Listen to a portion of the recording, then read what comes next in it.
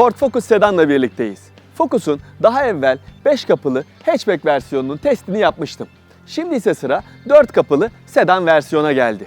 Bakalım kaputunun altında yeni 1.5 litrelik dizel motoru ve PowerShift otomatik şanzımanı olan Focus Sedan ne gibi özellikler sunuyor acaba? Gelin hep beraber inceleyelim.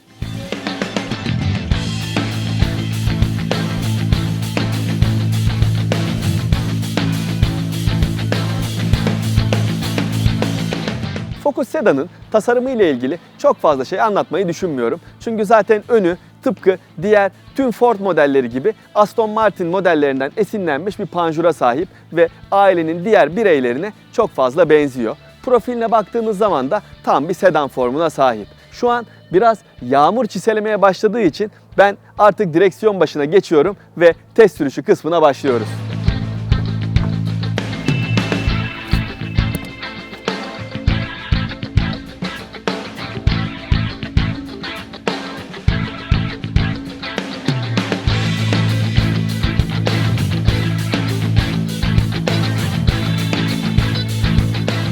Focus Sedan'ın kokpiti tasarım olarak hatchback kardeşiyle birebir aynı. Hatta aynı familyanın üyesi olan ve geçtiğimiz haftalarda test etmiş olduğum Grand C-Max'te de fazlasıyla benzer olduğunu söyleyebilirim. Burada orta konsolu domine eden bir tane dokunmatik ekran var. Bu ekranın güzelliği buradan hem telefonunuza hem navigasyonunuza hem müzik sistemine hem de klimaya ulaşabiliyor olmanız. Ama güzel kısmı bu dördünü birden aynı anda görebildiğiniz gibi hepsini tek tek de görüp kullanabiliyorsunuz.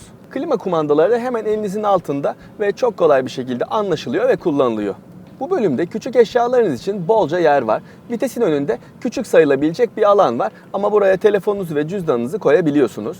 Vitesin arkasındaysa sürgülü kapağın arkasında bir yer bulunuyor. Bu daha önce yine Grand C-Max testinde anlatmış olduğum gibi buradaki parçaların kayarak eşyalarınızı sabitleyebiliyor olması bence güzel bir uygulama.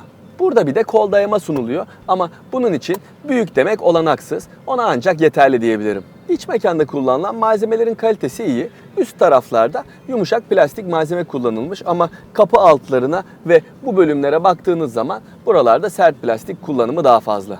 Ama zaten bu sınıftaki rakiplerini dikkate aldığınız zaman onlarda da benzer uygulama olduğunu görüyorsunuz.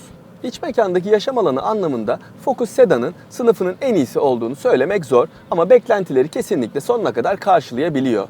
Arka sırada iyi diz ve iyi baş mesafesi sunuluyor. Yani yetişkinlerin zorlanmadan ama çok da konforlu olamayacak şekilde oturabilecekleri bir yer var. Üçüncü yetişkinin ise ayakları yüksek şaft tüneli neticesinde çok rahat edemeyecektir. Ufak bir kıyaslama yapmak gerekirse Skoda Octavia Ford Focus'tan daha iyi bir yaşam alanı sunuyor arka sırada. Focus Sedan'ın bagajı 421 litrelik yükleme hacmi sunuyor. Açıkçası bu sınıfın beklentilerini karşılıyor ama rakamsal olarak baktığınız zaman sınıf standartlarının biraz altında kalıyor. Yükleme eşiğinin yüksek, yükleme ağzının da biraz dar olması neticesinde buraya eşyalarınızı yükleyip çıkartmak istediğiniz zaman biraz zorlanabiliyorsunuz. Yani sonuç olarak yaşam ve yükleme alanları anlamında ufak bir kıyaslama yapmak gerekirse Skoda Octavia'nın Ford Focus'tan çok daha önde olduğunu söyleyebilirim. Gelelim Focus Sedan'ın motorine ve sürüş özelliklerine.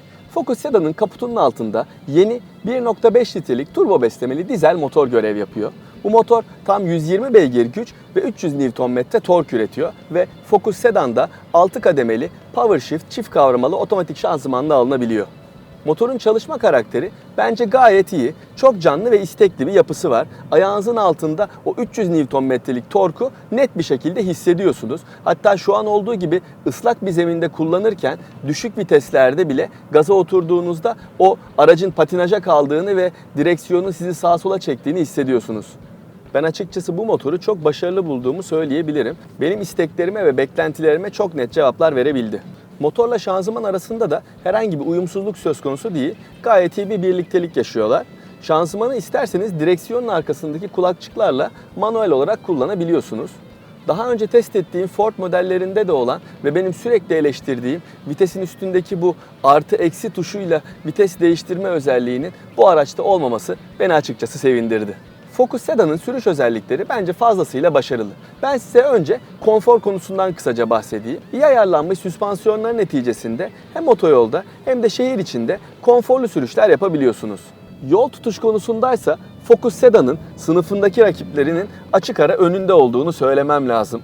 Yani kompakt sedan sınıfında dinamik sürüş özellikleri olan bir otomobil arıyorsanız tercihinizi mutlaka Focus Sedan'dan yana kullanmanız gerektiğini söylemeliyim. Tabii bunda süspansiyonlar kadar isteklerinize çok hızlı ve direkt cevaplar verebilen bu direksiyon sisteminin de bence çok büyük payı var. Yani bu tip virajlı yollarda Focus Sedan size sadece güven vermekle kalmıyor, aynı zamanda sürüş keyfinizi de arttırıyor.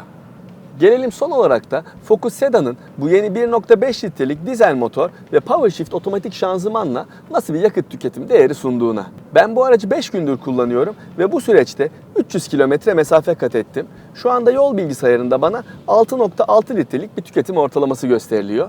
Bu değer bana sorarsanız normal bir sürücünün günlük kullanımda karşılaşabileceği reel bir değer. Ama siz eğer daha fazla ekonomi yapmak isterseniz bu aracın motorunun tutumluluk potansiyeli olduğunu söyleyebilirim. Yani kullanımınızla bağlı olacak şekilde yakıt tüketimini biraz daha aşağılara düşürebilirsiniz.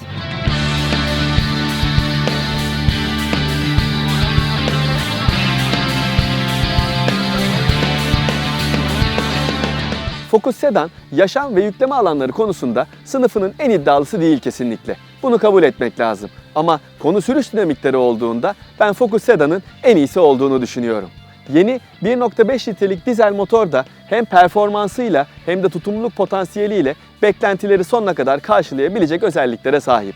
Eğer bu kriterler sizin beklentilerinizi karşılıyorsa Focus Sedan'ın çok iyi bir seçenek olduğunu üstüne basa basa söyleyebilirim.